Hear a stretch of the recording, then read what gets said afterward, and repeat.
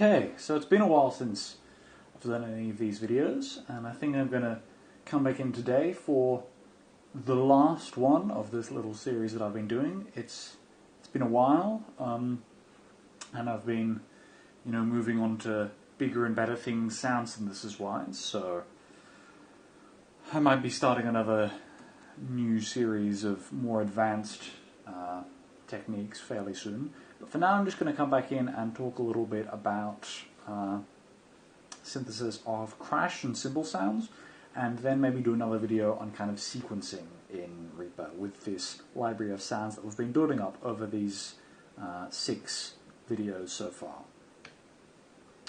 So, just to start off with crash sound, it's going to be fairly simple. Just the same Gaussian noise generator we've been using for a while now.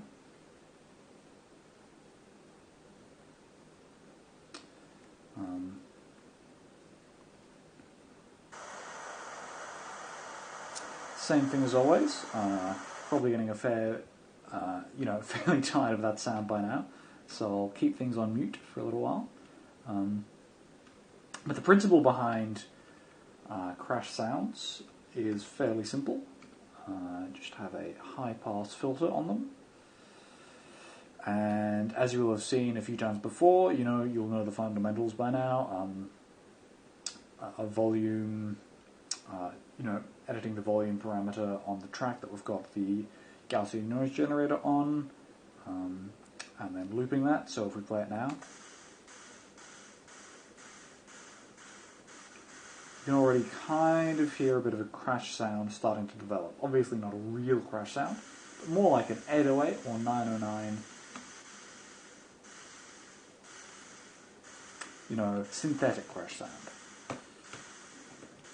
So to add a little bit more to that, we can just do, quite like what we've done before, just add a little bit of compressor and add some reverb. To make that reverb really mean something,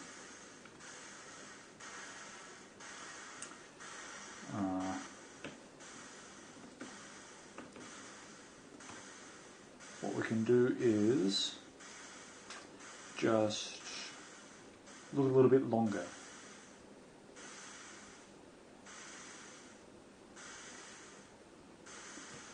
So that's kind of a fairly low reverb in terms of what we're hearing for a quick reverb, so that we can add a second reverb on it, which is going to be a little bit lower in terms of its amplitude, but quite a lot longer.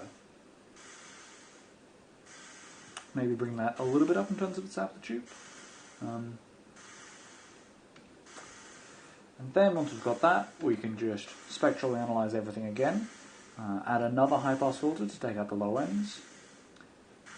A little bit of a boost in the mids, but not quite that much.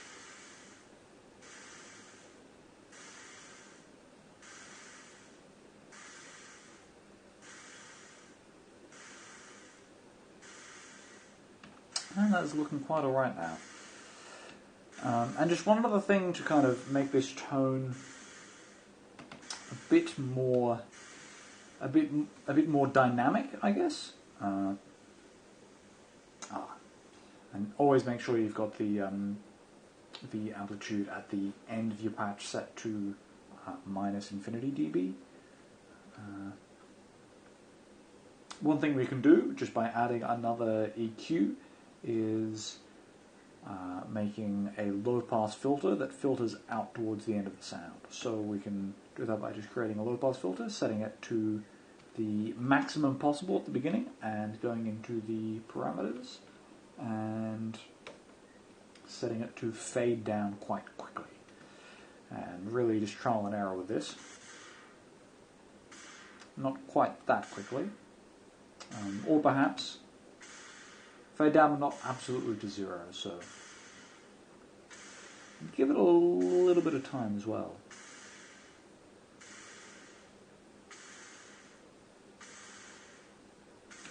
And just add another compressor, a lot tighter compressor this time, maybe not a higher ratio, much higher ratio, and then just boost the wet up a little bit, so we're still getting that near Unity sound, and actually that's a bit above Unity, so we can just scale that back a tiny bit.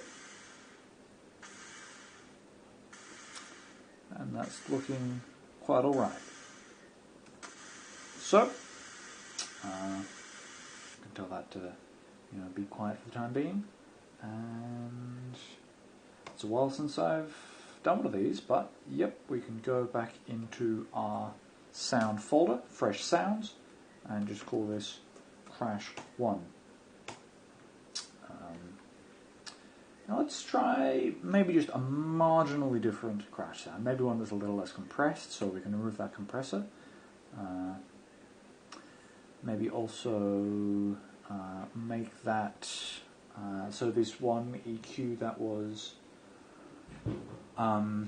controlling a low-pass filter. The reason I had this in a different EQ rather than doing everything with just the same EQ module is so that later, as in now, we can go and bring that EQ down.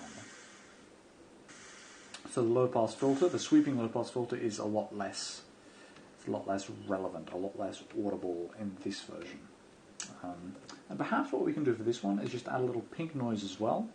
Put that a fair way back in the mix, so it's going through all these same equalizers and compressors and reverbs as before. Put it a fair way down in the mix as well. Start fairly safe. Bring it up a little.